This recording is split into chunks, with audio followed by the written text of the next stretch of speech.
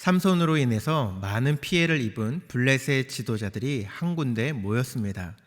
어떻게 삼손을 잡을 수 있을지에 대한 대책을 논의하지만 뾰족한 수가 없습니다. 힘으로는 도저히 감당이 안 되자 삼손의 다른 약점을 찾아봅니다.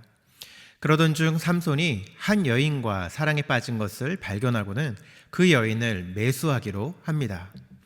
그 여인의 이름은 우리가 잘 알고 있는 들릴라입니다. 블레셋의 지도자들은 들릴라를 직접 찾아가 삼손의 힘의 근원을 알아내기를 요청합니다. 블레셋 지도자들은 들릴라에게 각각 은 1100세겔, 즉 총 550세겔이라는 어마어마한 액수를 대가로 제시합니다. 세겔을 정확하게 계산할 수는 없지만 보통 은 한 세겔을 4일치 일당으로 봅니다. 그렇게 계산하면 1100세겔은 적게 잡아도 10년치 연봉입니다. 5500세겔이면 50년 연봉, 즉 평생을 먹고 살 수 있는 거액임을 우리는 알 수 있습니다.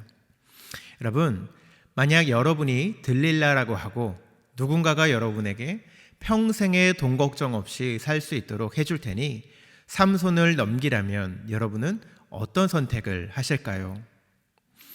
들릴라는 돈 때문인지 블레셋에 대한 충성심 때문인지 아니면 둘 다 때문인지 이 제안을 수락합니다. 6절부터 14절까지는 삼손의 힘의 근원을 알아내는 들릴라의 비밀 캐기 작전이 시작됩니다. 6절 말씀 함께 보시겠습니다. 들릴라가 삼손에게 말하되 청하건대 당신의 큰 힘이 무엇으로 말미암아 생기며 어떻게 하면 능히 당신을 결박하여 굴복하게 할 수 있을는지 내게 말하라 하니, 들릴라는 단도직입적으로 방백들의 질문인 삼손의 큰 힘의 근원과 그를 결박하고 괴롭게 할 방법을 물어봅니다. 결과는 어떻습니까? 자신이 사랑하는 들릴라의 요구에 삼손은 자신의 약점을 가르쳐 줍니다. 처음 세 번은 거짓으로 가르쳐 주지요. 하지만 이 여인의 요청이 얼마나 집요했는지 삼손이 고민에 빠져 죽을 지경이라고 성경은 기록하고 있습니다. 16절 말씀 같이 읽겠습니다. 날마다 그 말로 그를 재촉하여 조르매 삼손의 마음이 번뇌하여 죽을 지경이라. 우리는 오늘 본문을 통해서 여러 가지를 생각해 볼 수 있을 것입니다. 진정한 사랑이란 무엇일까? 사랑을 돈으로 바꿀 수 있을까? 돈의 가치란 무엇이지? 또 내가 유혹당할 수 있는 나의 약점은 무엇일까? 여러 가지 것들에 대해 우리는 생각해 볼 수 있을 것입니다. 그 중에서도 오늘 함께 우리가 고민해 보고 싶은 것은 삼손의 상황이 아니라 그 상황을 너머에 계신 하나님께 초점을 맞추어서 함께 생각해 보고자 합니다. 삼손의 이야기는 흥미진진합니다. 하지만 그의 인생의 이야기는 우리에게 썩 좋은 교훈을 남기지는 못합니다. 반면교사로는 삼을 수 있겠죠. 그러나 놀라운 것은 눈살을 찌푸리게 만드는 삼손의 생애를 통해서도 하나님은 블레셋을 심판하셨고 이스라엘 백성을 블레셋의 손에서 구원해 가셨다는 것입니다.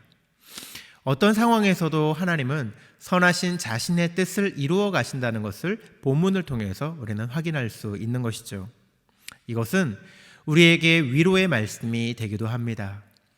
이 땅에 아무리 죄악이 번영한다 해도 그 가운데에서 하나님은 자신의 뜻을 이루어 가실 것이기 때문입니다. 삼손은 하나님께 쓰임받았지만 좋은 본이 되지는 못했습니다. 여러분은 어떤 모습으로 하나님께 쓰임을 받고 싶으십니까? 삼손과 같이 반면교사의 좋지 않은 예가 되기를 원하십니까?